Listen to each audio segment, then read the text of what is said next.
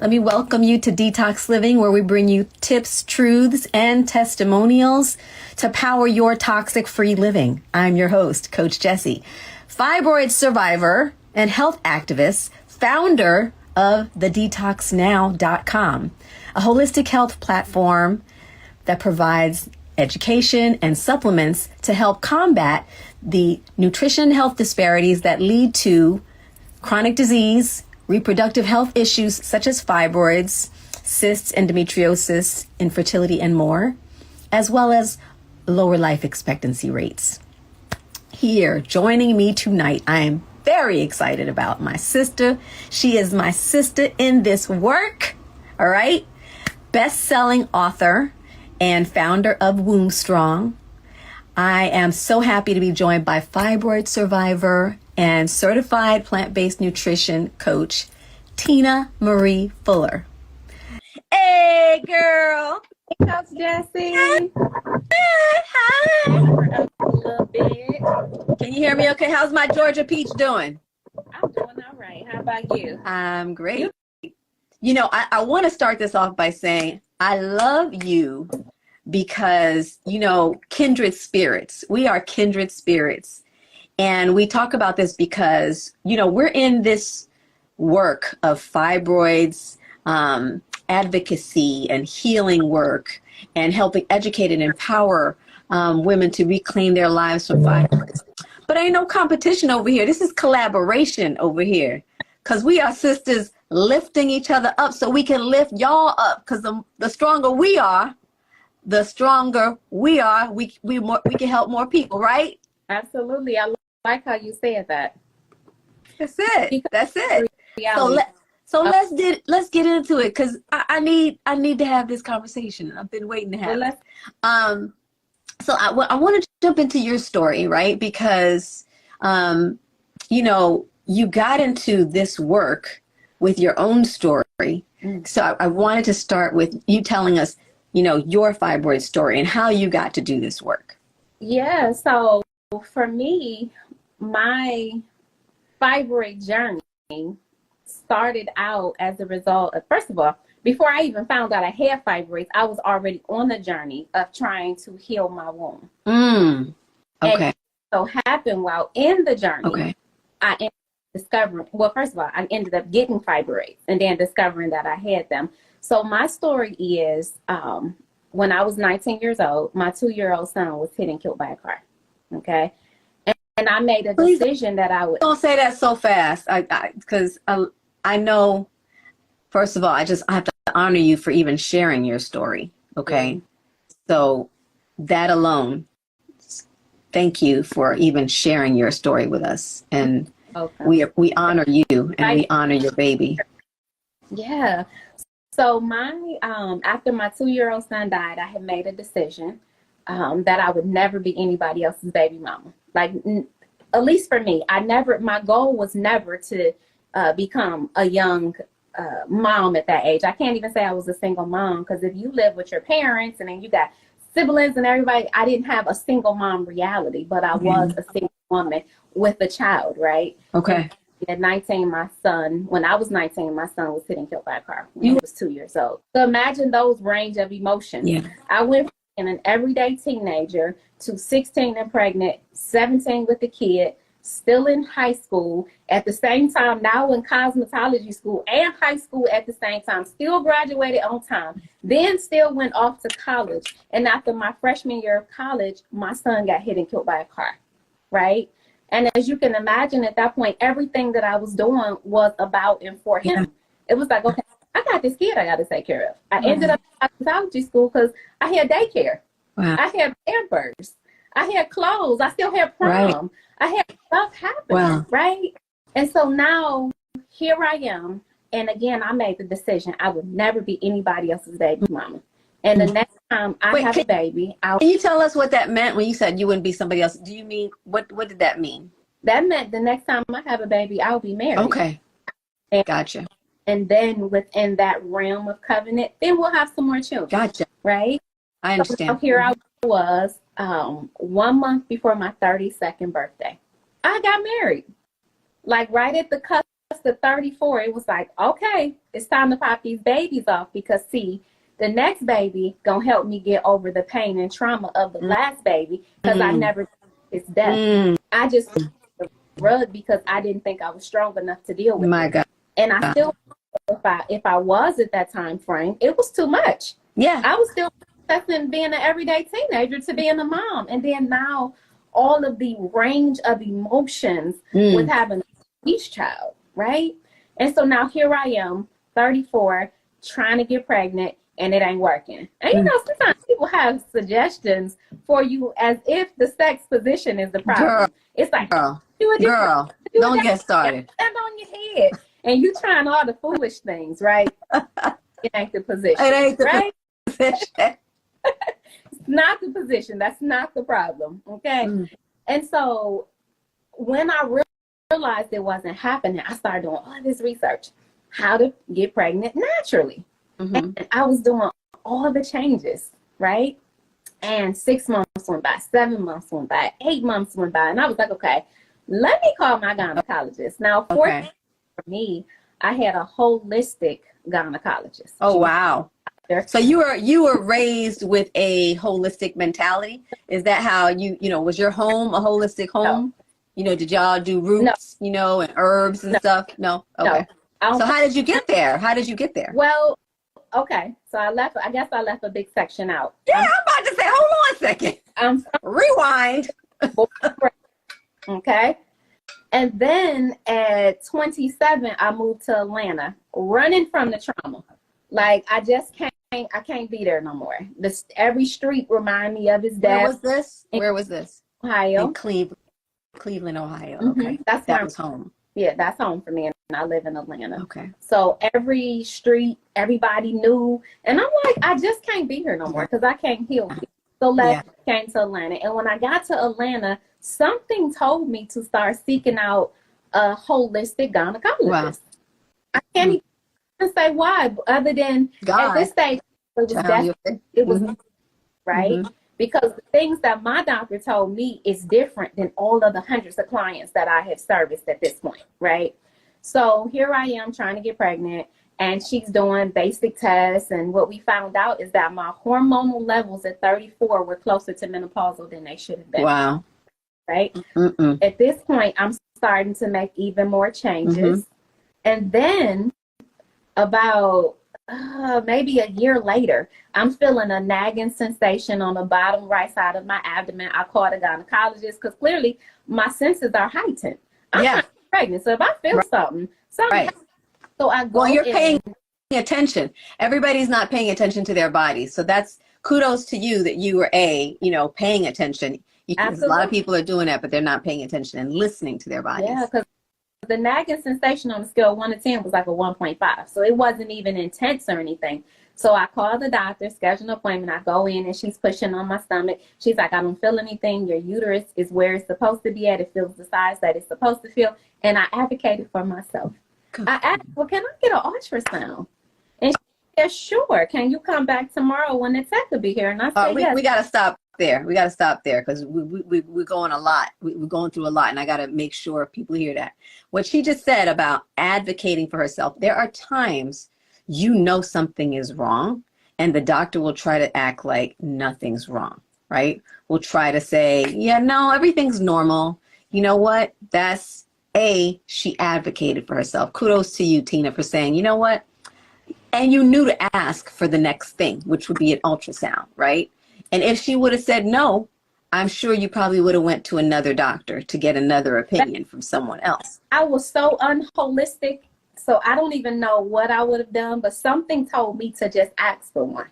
Good for you. I mean, I'm talking about at that time frame, I'm now aware of what I eat could be affecting me, but that's about as deep as I am into this, right? Right. So I asked for an ultrasound, and she said, okay, can you come back tomorrow when the tech is here? And I said, I sure can. Came back, I had 5 fibroids. And the largest. And she said nothing. She felt nothing. Yeah, she felt where they were positioned. It's where they were positioned. You may not be able to, if they are further in your back or in the muscle deep in, not in the front, not pedunculated. She didn't And feel, the she wouldn't have felt them. size of a plum, and it was sitting at my right ovary, hence the sensation, right? Wow. Wow. My doctor changed my life for Mm. forever. When she stood in that room, and she was dry as about an 8-day-old biscuit jar. Wow. When I tell you, it's dry, because I always talk about how dry she was. She gave me the information that I needed. And this was before they had like all the little iPads and stuff to track information. At least her office didn't have it. You know, they was holistic. Sometimes the holistic people like Be to behind. Yeah, exactly. right? So she's flipping the chart and she looking, and she was like, okay, so you got these 5 fibroids. So what I know is, number one, she looked at my ring. She said, you married. She said, you must have a stressful marriage. And I said, no, I don't have a stressful marriage. And she said, are you sure? And I said, I'm positive.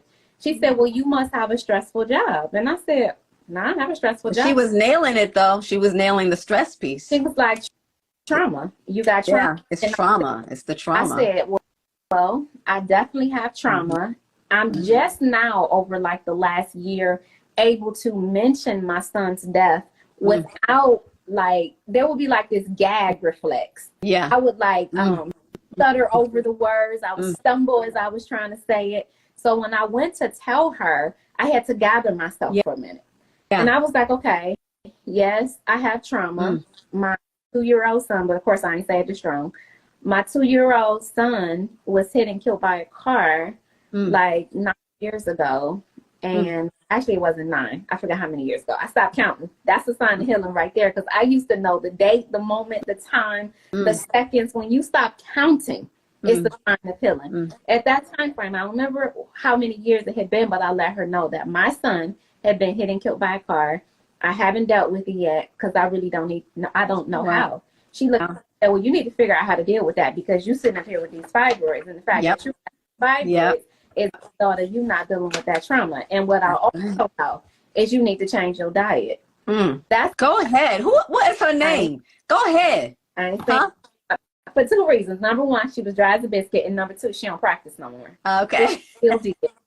But well, kudos to you, doctor, because at the end of the day, you know, one thing I've learned, their bedside manner may be horrible. If they have the right information and they're willing to share it, though, that's a huge thing. And she was. And she shared it. Coach Gessie, the day, because remember I had to come back for the ultrasound. Right. Well, the day prior, as she's looking at my chart, you know, because when you first go to doctor's appointment, they put you on the scale and all that. She's looking at my chart. She said, you weigh 136 pounds. She was like, you see this chart right here? She was like, you 1 pound from being overweight. So you need to lose some weight. So she's like, oh my goodness, what did she say? She was forward. She was forward. She wasn't dry as a biscuit. She was forward. Yeah, she was. I said, what she say to people when they 160? You know, because I wasn't big, but she was not here for it. So anyways, I left out of that office with instructions from her. 9 months later, I went back and I was 128 pounds. Okay. And I had, remember, I had 5 fibroids originally. The plum was the largest. When I went back, the largest one was the size of a cherry. 2 were gone, phenomenal, and 2 were the size of beans. I eventually eliminated those 3. Of course I did, right? Then got fibroids again. About a year and a half later. Got fibroids again. Didn't even know I had it until it came out. The fibroid literally, and clearly it was huge, it imploded itself and released itself from my vagina vaginally while I was asleep. I didn't even feel it. I woke up to like a murder.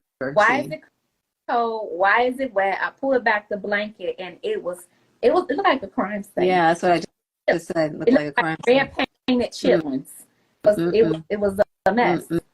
Right? And then from there, I was like, okay, I never had a goal to become plant-based or vegan, but the more I ate whole foods, the less my body and cells desired the other things. So I was like, okay, I got to the point where I couldn't make it through the animal products no more. Okay. Transition to a vegan lifestyle.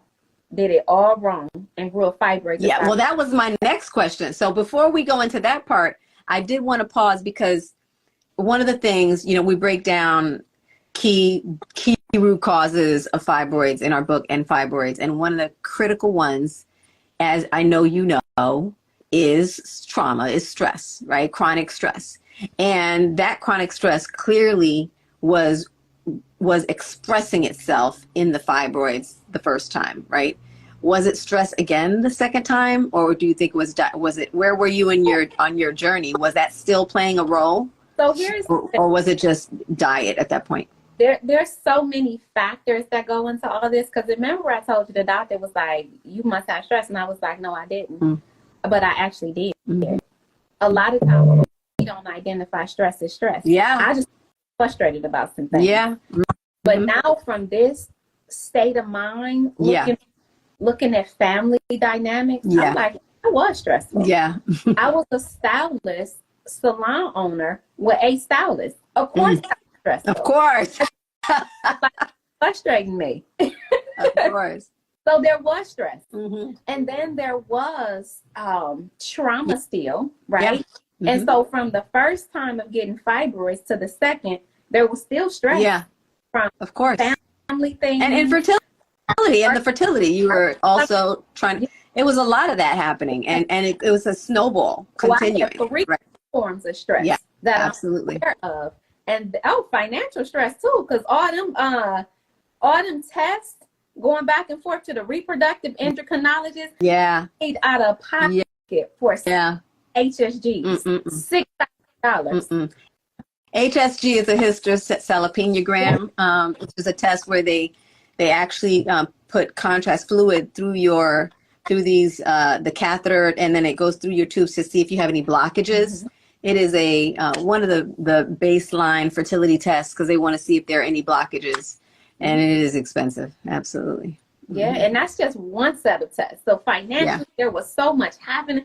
There's a lot happening. So yes, my life was stressful. Yeah, that was a Cree thing. So you were about to get into the food though. So my question was, you know, because of the whole plant-based thing, right? So there's a misconception of vegan, because you said you went the wrong way, and I wanted to dig into that, which is that many wonder women why there are women who say, "Oh, I'm vegan, I'm vegetarian, and I still have fibroids and inflammation." It's because they aren't, and they're saying they aren't eating meat. So what's going on? But they're still eating processed foods, foods that are, you know, not whole foods and healthy, right? Or anti-inflammatory. So I wanted to dive into that conversation because you were going to say that it was unhealthy. You went vegan the wrong way.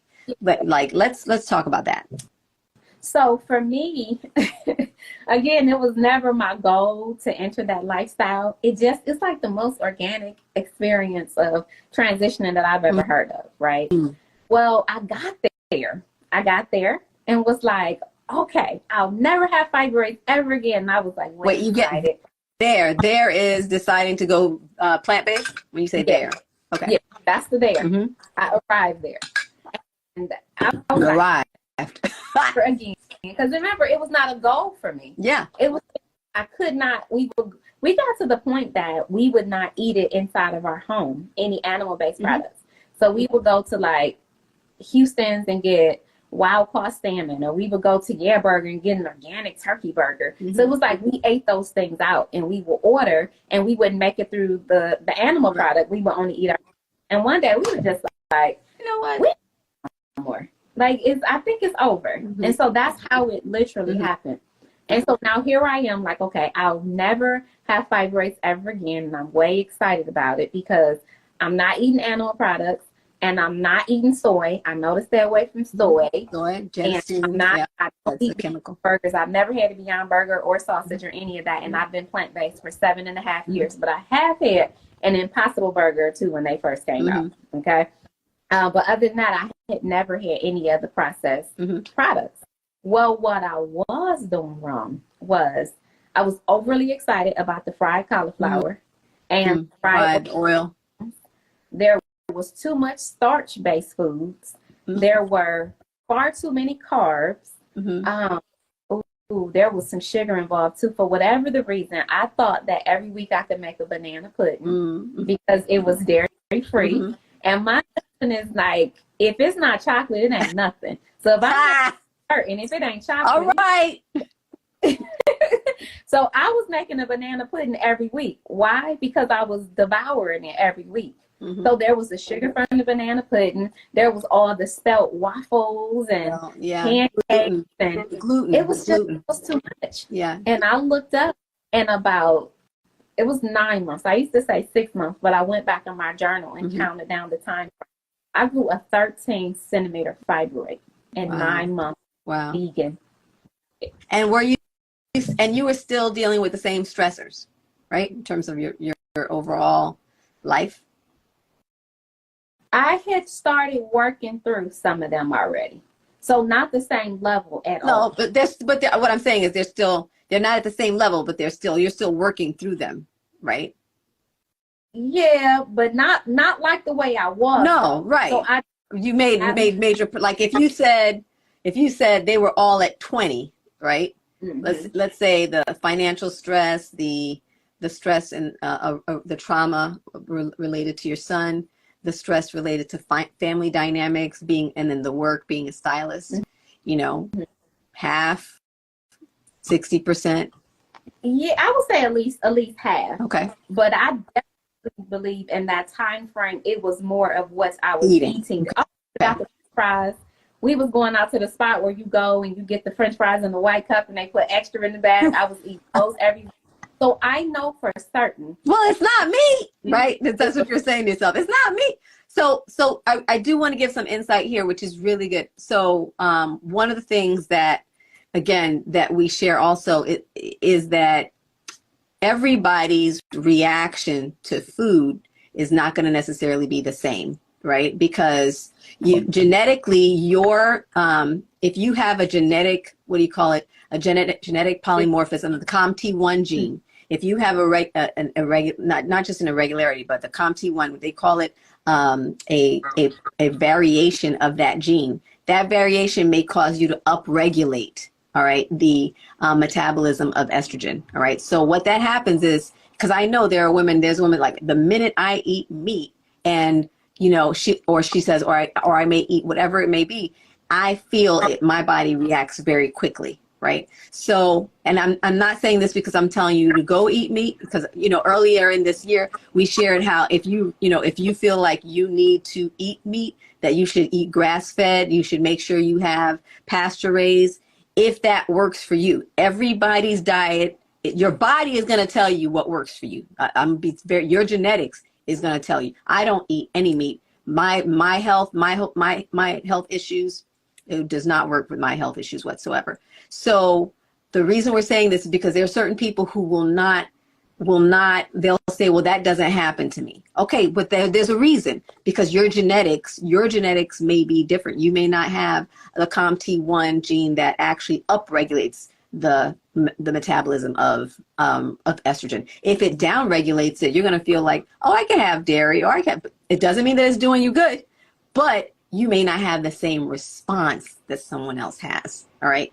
And for you, it may be less of a drastic change required, meaning like you may be able to do organic, pasture raised, chicken or wild salmon. You may be able to do grass fed beef.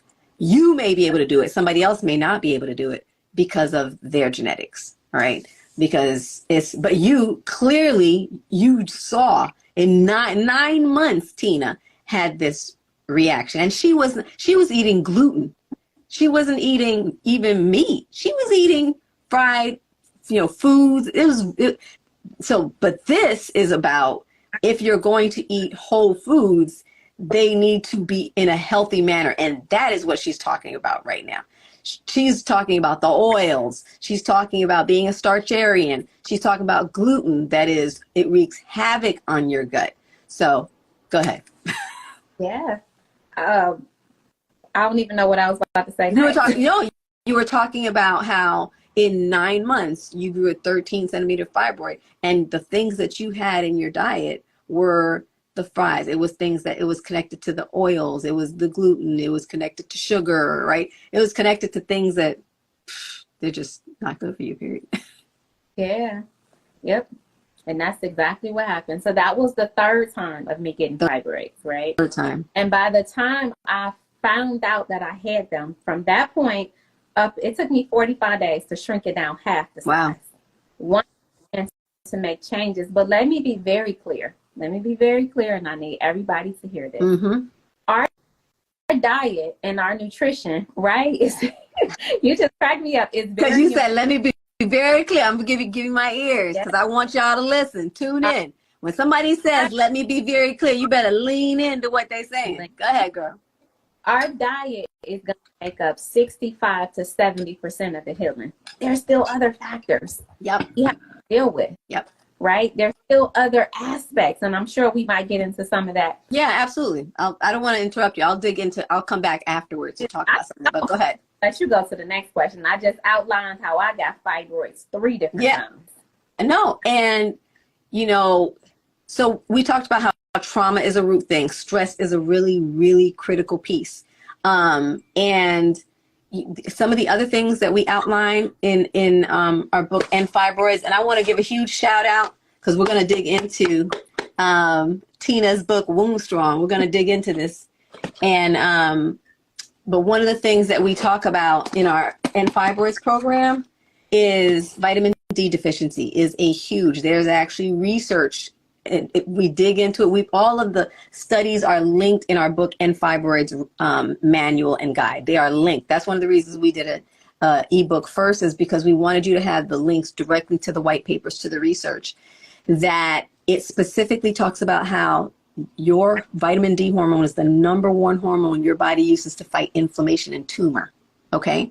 It actually, vitamin D therapy has been proven to help restrict the growth and fight the development and the growth of fibroids. So black women are 78% of black people, African Americans, excuse me, in the US are vitamin D deficient. And that's because our melanin blocks the absorption of the sun.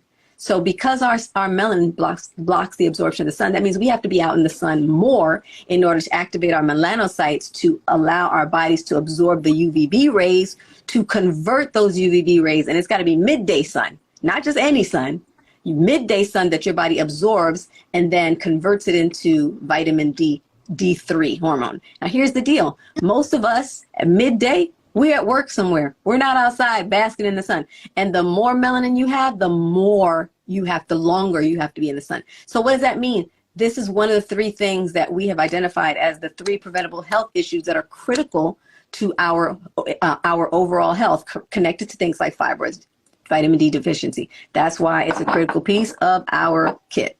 D3, right? And then the other thing is hormonal imbalance. She talked about that because the food is a major part of hormonal imbalance. It's a major part of it, right? In terms of estrogen dominance, food helps actually drive. And then there's things like endocrine disruptors, right? Like the perfumes that have the phthalates, the lotions. We did a whole detox swap series around. Yes, the makeup. Exactly. I have on right now. I have on phthalate-free, clean, literally lip liners, lip gloss. We're doing a whole deep dive on these products because as you now you make switches, deodorants, right, to soap, plastic-free things that you're not using in the home. Like we did a whole thing. We have a whole detox swap list in my link in my bio for shopping list, because everything from your hand soap to your dishwashing detergent to your laundry detergent to your cleaning supplies to your toothpaste, all of that, you can make it clean and non-toxic. And I say go forward and make it zero plastic, because if you make it zero plastic, even if they say BPA free, if you use zero plastic, that's better for your water supply, for the environment, period. That's going to help with reducing the toxicity of what we deal with. So all of these things are major parts of our overall health, right? So, but 65 to 70%. If we're not eating the right things, 65 to 70%, she talked about that, that will have an impact on whether or not you help your body to eliminate or even prevent them in the first place. Okay. Absolutely. What are some of the immediate changes you noticed when you switched that last time, your lifestyle, and to be more whole food and less what you call toxic vegan? You know what? I get asked that question a lot. And my honest answer is I didn't feel a lot of change at that point. But I think it was because I felt the big boom of changes earlier. When I went from meat, breakfast, lunch, and dinner, cheese every single day, and eating chicken every single day, and not having proper food composition. Yeah. When I went, You weren't using food as your medicine when you went to start using food as your medicine, right? yeah. Yes. So when I stopped eating that way, and then I started because initially when I first started out, what I would do is I would only allow one meal a day to have an animal product in it, and I was eating super clean. That was your process for transitioning?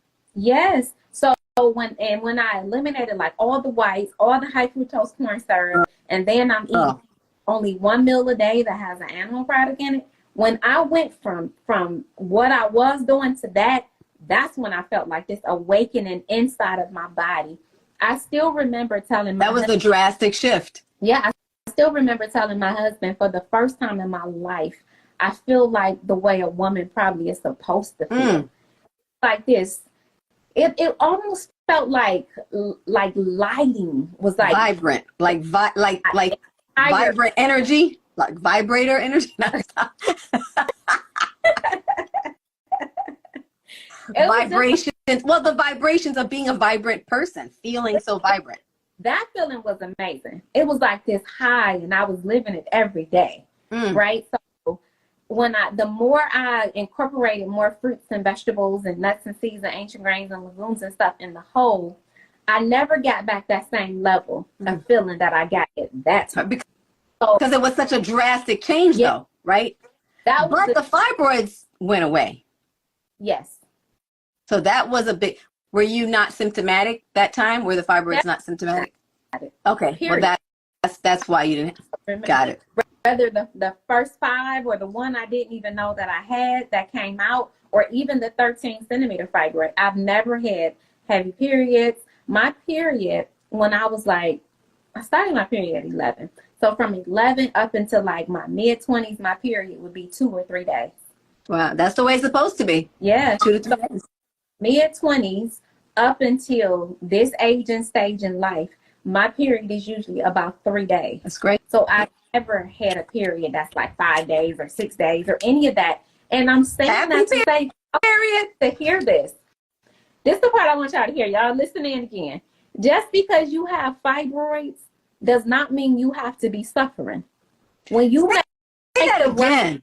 Say that again. You have fibroids does not mean that you have to be suffering. That's right. I watched at least 99% of my clients have gotten out of heavy bleeding within the first 30 to 60 days of work. That's right. That's exactly that's correct. And this is they are on their journey for healing. So ladies, hear me. You do not have to suffer just because you have fibroids. You can make the changes, get out of pain, and that out of pain can eliminate you from having to get surgery while you're on your journey to continue to heal. Let me tell you something. You preach a whole sermon right there. So there's I'm going to read it because this thing made me cry when she first shared it. Because this is the thing. There's so many women who are on this journey and they feel like this is what they're told. They're told that they have no other option except not just surgery. A lot of times it's a hysterectomy, right? And they're being told that there's no way around it, right? And the thing about it is, one of our clients shared how she was so excited because for the first time, first of all, her cycle was 9 days, and like you said, number one, the symptoms are not the issue. Let's just get started working because we can get you feeling better, right? How we can get you feeling better. That's not the question, right? But then when you feel like you don't have any choice because your body is out of control, right? You feel like I don't have a choice. And she said, my God, she said, this is my happy face. She said, I'm celebrating today. I just got back from the doctor's office. And good news, she says, the cyst on my left ovary has shrunk by half. She said it went from 8 centimeters to just 4. Fibroids are plentiful but smaller. She says the largest is at 5, almost 2 centimeters less than it was just 2 months ago. She said, keep doing what you're doing, this is what the doctor said, in quote. Keep doing what you're doing. Let's take that hysterectomy off the table. We'll check again in November. I'm so happy for you. Like, this is real. This is real. This is real. What Tina's talking about is real, right? And the biggest reason women feel like they have to lose their wombs or go under the knife is because they feel like their lives are out of control, right? Because of the symptoms. Mm-hmm. And that's the first thing we want you to know. Number one, you're not alone, right? We're both here for you. Like, you are not alone. There are people out here doing this work. Whoever you feel is who you're called to, we just want you to know there's support out here for you, and you don't have to be suffering, right? Because a lot of times when you're suffering, you feel like the only option you have is to be cut. When I went under, let's say I had my third fibroid, fifth fibroid surgery, was a hysterectomy. Wait a minute. I do know that you had multiple surgeries, and today we can't talk about all this. No, we don't talk about. Girl, that's a whole child. No. Wait a minute. I did not know you had 5 surgeries. So the first 3 were myomectomies, right? Open myomectomies. The first one was the bikini. The second one was cut all the way up to here, my belly button, right? That was, and after the second one, they had to cut me open 10 days later because I developed a small bowel obstruction from the scar tissue. So that was already my third surgery. Before then I had another fibroid surgery after that, and they had to cut out more of my small intestine, right? And then the next fibroid surgery was the uterine artery embolization, right? That they love to say, once you do that, darling, you'll never have to do anything else again. That's the silver bullet. That's a lie. It's a lie. It's a lie. Okay. The fibroids came back again. And this is before I knew anything like you. I could eat oxtails every day. I got engaged at a rib shack because guess what? We ate ribs all the time. I was a major carnivore. Like, you talk about meat, lunch, breakfast, lunch, dinner, and I was a sugar addict. I could have literally M&Ms every single day of my life. Okay. So yes, I was a sugar addict, chocolate, like your hubby said. And I had trauma. I came from an emotionally abusive home. So I had trauma, big time trauma, right? So those are the same overlaps. And I didn't know anything. All I knew is I was desperately anemic because I couldn't stop losing blood.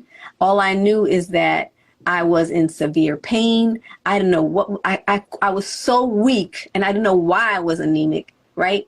Because I wasn't having like crazy heavy periods at this time, but I was losing blood out of my small intestines from the surgery of cutting my small intestines. And that's when they ended up doing a hysterectomy and another cutting of my small intestines.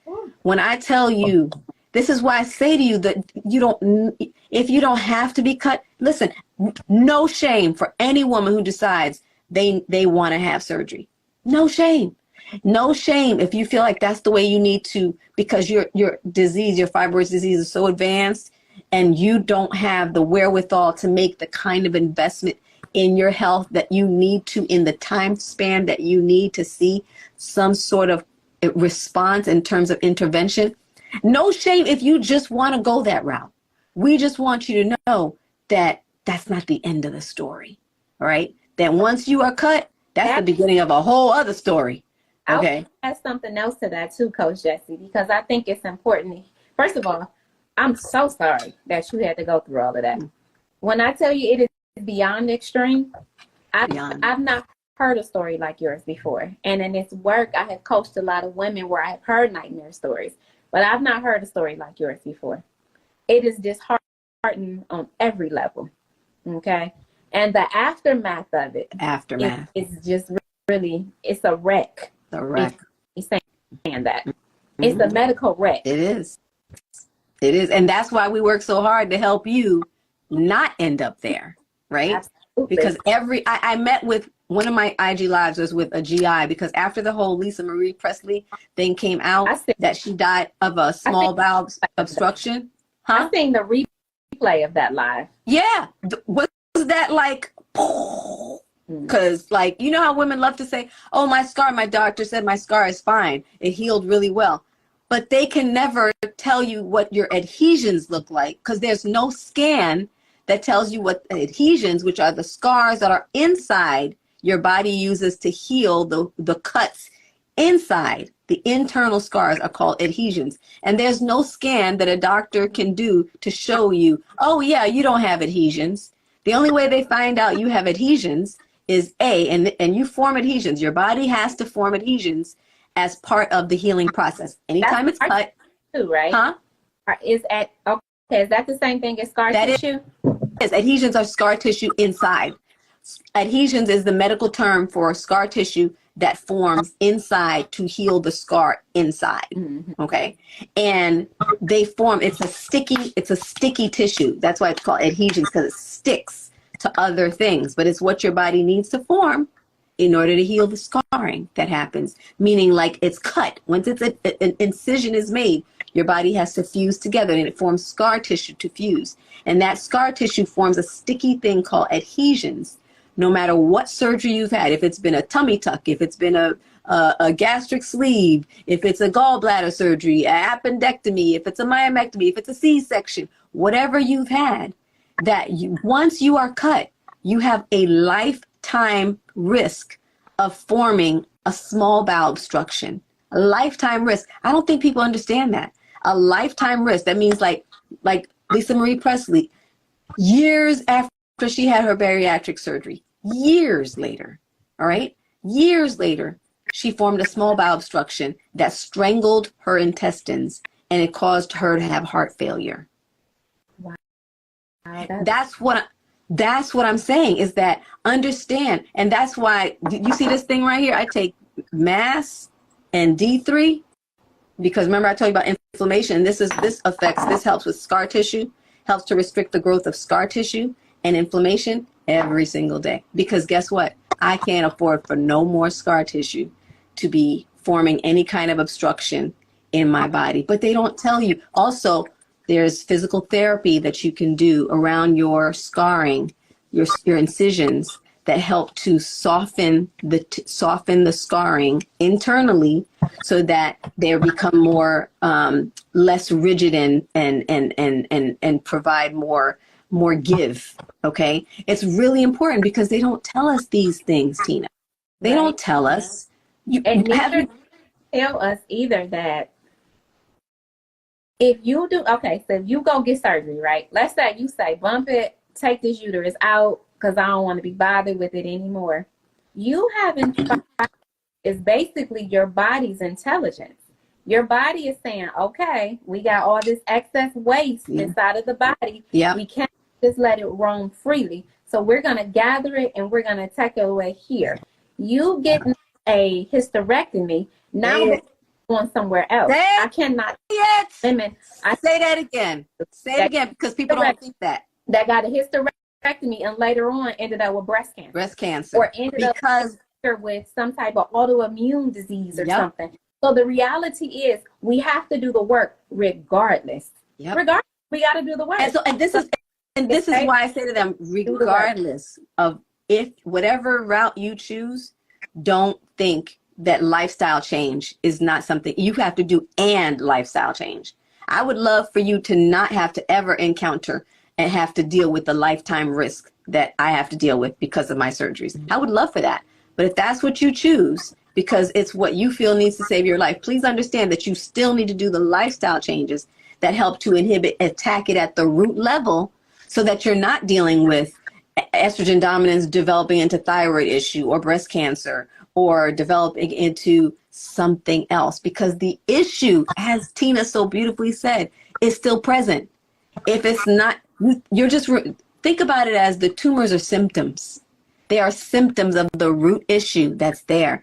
The tumors, the fibroids, uterine fibroids are symptoms of the root causes, whether it's connected to the vitamin D deficiency, the estrogen dominance, the hormonal imbalance, the what do you call it? The genetic invariance. They even have, like, when you look at these things, if you're not dealing with what it is tackling at the root level, please know that it's going to show up somewhere else. Absolutely. It's going to show up somewhere else. All right, let's get to the next question. I don't even know if we got question number 3. Girl, I knew this conversation because it's me and you. I was like, we're just going to get into it. Okay. I think we sort of just covered this. If you could offer one piece of advice to a woman starting her fibroid journey, what would it be? Oh, one piece of advice. You got to do the work. So I said, you just did it. But you know what? I would say, Tina, decide that you are worth the work, right? Because a lot of times we will feel like it's too hard. Well, your life is worth it. Mm-hmm. Your life is worth the work, okay? So deciding to do the work is because you're worth it. And the other thing I would say is get the right tribe, because it's hard to do alone. You won't be able to do it alone. Get the right tribe. Get the right tribe. That's why, look, we want you. Follow me, follow Tina. Make sure the community that resonates with you, and you have support. That's the one thing. When I was going through this, none of this existed, Tina. Like, when I said to God one day, where was this when I needed it? He said, well, it is literally your testimony that connected with these women. It's because of how, the way he said it was the horror of your testimony that connected you to these women so that you could be there for them. And I was like, okay. That's next. You're Coach Gessie, because when I first started this, I didn't have a tribe either. It was me. And I'm glad you just opened up that can of worms, because here's the reality. You know, in the Womb Strong community, I always bring people in to speak. I've even brought you in to speak before to my clients. And one of our sessions we brought in, I seen her on here earlier, Shalia Williams, and she was the first session, and her session was on your deep why, not just your regular why, because the regular why is you don't want to have fibroids no more, but that's not deep enough. That's not the deep My why. Was so deep that I never struggled in the journey. My why to redeem motherhood was far more important than me eating a piece of chicken, a piece of cheese, than having a wine. Yeah. That said that it could cause me to continue to not get this baby I'm after. I was like, oh, that's not here. There was no going back. There was no, I just wish I could. I didn't have that. I didn't struggle either. It's funny that you said that. I had that same thing when the light bulbs came on, you know, when I met Dr. Amun and we had these conversations, and you know, when the student is ready, the teacher appears. I had gone into full-blown menopause when I was 44 years old after the hysterectomy, even though they left my ovaries. And it was because of all of my past surgical history. And my GYN put me on the patch, the estradiol patch.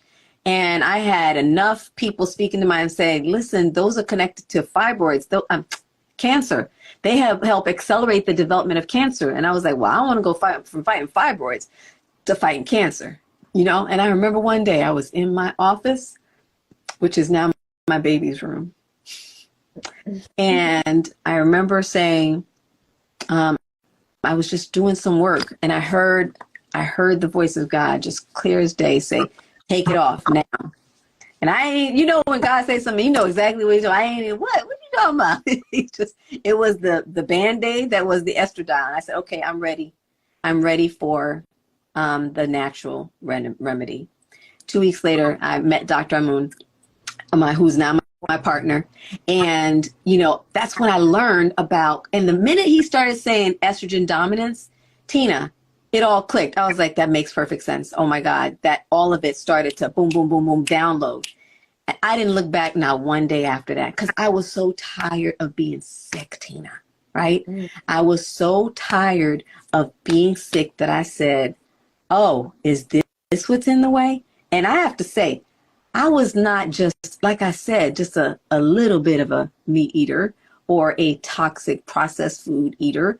I can barely say I don't remember really eating vegetables and fruits. I was a junk food eater, period. Okay. And once that awakening happened, it was like, no more. I don't care. I the path to healing. You see, so I get what you're saying. So Tina, is there anything that we haven't covered that you want to make sure we say? Please follow Tina. If you haven't yet, also pick up her book, Womb Strong. She is such a gift to our community. She's a gift to this work that we do. I love that we have this sister collaboration sisterhood that we are all about lifting as we climb. We're about lifting one another up to lift you up. Okay. Is there anything that I've missed? I would just say one thing. I just want to encourage you ladies that a lot of times as I'm talking to people, both men and women, who are in need of making the changes, their conversation is, I gotta learn how to love eating this way. I don't want you to attach the emotion to food. That's the reason why we're in the trouble that we're in anyway. Ooh, that's good. Are trying to heal your womb is because you was in love with eating the wrong things. So I don't want you to now switch your love for this thing to now loving this thing. What I want you to do is become connected to the goal that you are trying to achieve. Yeah. And I want you to understand that there are two purposes to eating. Number one is energy. Number two is to repair your cells. Everything right. Up. That's right. Don't get it twisted. And I love what you said about what got you in trouble is eating the wrong things. A lot of times we don't even know what was driving. We have to dig into what was driving why we ate the way we ate, right? Some of it is just misinformation. Some of it is just being raised culturally that way. And some of it is stuffing our emotions. Some of it is how we are not processing our emotions and our pain, and we're using it to stuff our emotions and our pain and our unprocessed trauma. So let's dig into, because if that's a root issue. If it's not dealt with, right? If we're not identifying the roots, then we're always going to be hacking away at leaves. Yeah. Always. So we want to make sure we do. People that I know, we eat based off of what we enjoy. Like, we weren't taught about nutrition. We weren't taught about food composition and balance and like the things that we talk about in the Womb Strong book. We just eat this because we like the way it tastes. That's right. Well, you could develop the stuff that actually is good for you. Yeah. What about that? I think that's the original issue, though. Like, we were never taught that food was supposed to work for us. We were never even taught that it was going to work against us. We were just taught to eat according to our taste buds. Yeah, like, I feel like eating a baked potato and some steak tonight. That's how we would eat, based off of what we felt like, based off of an emotion and a feeling. And it is definitely time to get beyond the emotion and the feeling and get into the know and understanding of what food actually is for. Absolutely. And designed to actually work for you and not against you. And I don't mean you got to give up enjoying food. Yeah. Things that we got to get into the know of it. Absolutely. That's the last thing I wanted to say. Well, thank you so much. I love y'all so much, and we gonna have some fun. We're here for you. Thank you so much, Tina, for your time and for part 1 of our Get Down. Yes. Thank you so much for having me. And everyone, thank you for listening, for staying here up and being a part of this conversation. It was a pleasure. Absolutely. Absolutely.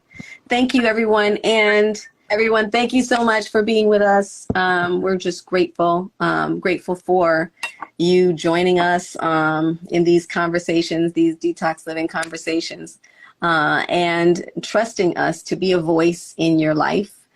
If you are, battling fibroids or you are dealing with some other health issue, we invite you, please, to know you're not alone. Painful periods, you're dealing with infertility or endometriosis or high blood pressure, pain, just inflammation.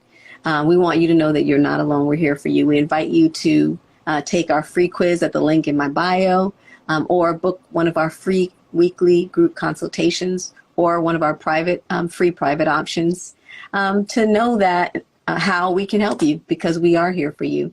And know that you are not alone. I keep saying that because I think that isolation is one of the key things that disease does. It causes us to feel like we don't want to be a burden to others. But guess what? You deserve healing and health, and we're here for it, to be here with you. All right. The detoxnow.com, the link in my bio. Look forward to being a part of your journey of healing.